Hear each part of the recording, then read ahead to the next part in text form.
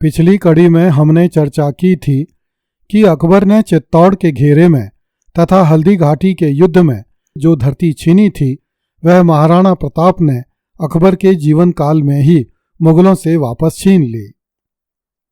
राजपूताने में यह जनश्रुति प्रचलित है कि एक दिन अकबर ने अपने दरबार में रहने वाले बीकानेर के राजा राय सिंह राठौड़ के छोटे भाई पृथ्वीराज राठौड़ से कहा कि राणा प्रताप अब हमें बादशाह कहने लगा है और हमारी अधीनता स्वीकार करने पर उतारू हो गया है। कुंवर पृथ्वीराज भगवान श्री कृष्ण का अनन्य भक्त था तथा अपने समय का श्रेष्ठ कवि था। जब उसने अकबर के मुंह से यह बात सुनी तो उसे विश्वास नहीं हुआ। पृथ्वीराज ने अकबर से कहा कि यह सूचना असत्य है। इस पर अकबर ने कहा कि तुम सत्य सूचना मंगवाकर मुझे सूचित करो। मलसीसर ठाकुर भूर सिंह शेखावत ने महाराणा यश प्रकाश में लिखा है कि इस पर पृथ्वीराज राठौड़ ने 2 दोहे बनाकर महाराणा प्रताप के पास भिजवाए। पातल जो पत्साह बोले मुख हूता बयण, मेहर पछम दिसमाह ऊगे का सपरावोत। पटकू मूछा पाण कै पटकू निजतन करद, दीजे लिख दीवान इन 2 महली बात एक। इन दोहों के अर्थ बहुत गहरे हैं। कवि कहता है कि हे पातल अर्थात महाराणा प्रताप, यदि अकबर को अपने मुख से बादशाह कहें तो कश्यप का पुत्र अर्थात भगवान सूर्य पश्चिम दिशा में उग जाएंगे, अर्थात यह असंभव है। हे दीवान अर्थात महाराणा प्रताप, मैं अपनी मूछों पर ताव दूं अथवा अपनी तलवार से अपने ही शरीर पर प्रहार करूं, इन 2 में से एक बात लिख दीजिए। दर्शकों की सुविधा के लिए बताना उचित होगा कि उदयपुर के महाराणा भगवान एकलिंग जी को मेवाड़ का राजा और स्वयं को उनका दीवान अर्थात मंत्री कहते थे।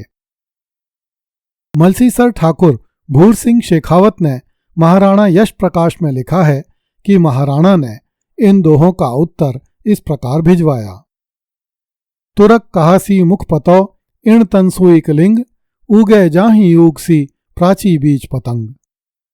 खुशी हूत पीथल कमद पटको मूछा पाण, पचटन है जेते पतो कलमा सिर के वाण। सांग मूंड सहसी सको समझस जहर सवाद, भड़ पीथल जी तो भला वैण तुरक सूबाद।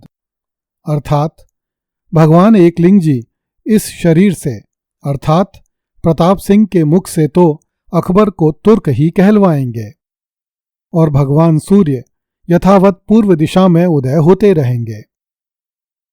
हे राठौड़ पृथ्वीराज, जब तक प्रताप सिंह की तलवार यवनों के सिर पर है तब तक आप अपनी मूछों पर खुशी से ताव देते रहिए।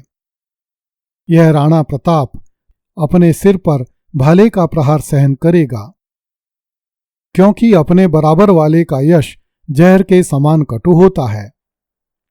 हे वीर पृथ्वीराज, उस तुर्क अर्थात अकबर के साथ के वचन रूपी विवाद में आप भली भांति विजयी हों। कन्हैयालाल सेठिया ने भी इस संदर्भ में एक बड़ी भावप्रवण काव्य की रचना की है।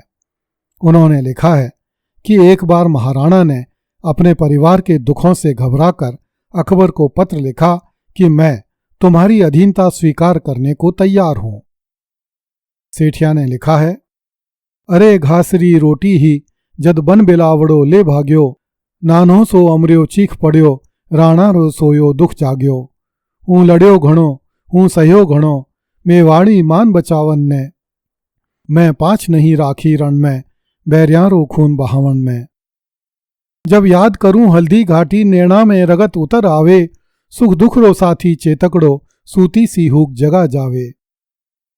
पण आज बिलख तो देखूं हूं जद राजकंवर ने रोटी ने, तो क्षात्र धर्म ने भूलूं हिंदवाणी चोटी ने। आ सोच हुई 2 टूक तड़क राणा री भीम बजर छाती, आंख्या में आंसू भर बोलियो हूँ लिखस्यूं अकबर ने पाती। राणा रो कागद बाँचुओ अकबर रो सपनों सो साँचो, पण नैण करया विश्वास नहीं जद बाँच बाँच ने फिर बाँच्यो। बस दूत इसारो पा भाजो पीथल ने तुरत बुलावण ने, किरणारो पीथल आप उग्यो अकबर रो भरम मिटावण ने। मैं बांध लियो है पीथल सुन, पिंजरा में जंगली शेर पकड़, यो देख हाथ रो कागद है, तू देखा फिर सीकियां आकड़। हूँ आज पातशाह धरती रो, मेवाड़ी पाग पगा में है, अब बता मने किन रजवट ने, रजपूती खून रगा में है। जद पीथल कागद ले देखी, राणारी सागी सैनाणी, नीचे सू धरती खिसक गई, आँखा में भर आयो पानी।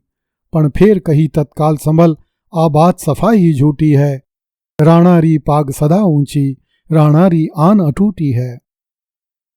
जो हुक्म होए तो लिख पूछूं, राणा ने कागद रे खातर, ले पूछ बला ही पीथल तू, आ बात सही बोलियो अकबर।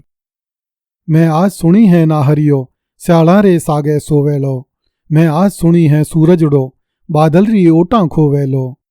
पीथल रा आखर पड़ता ही, राणा री आँख्यां लाल हुई, धिक्कार मने हूँ कायर हूँ, नाहर री एक दकाल हुई। हूँ भूख मरूं हूँ प्यास मरूं, मेवाड़ धरा आजाद रहे, हूँ घोर उजाड़ा में भटकूं, पण मन में मारी याद रहे।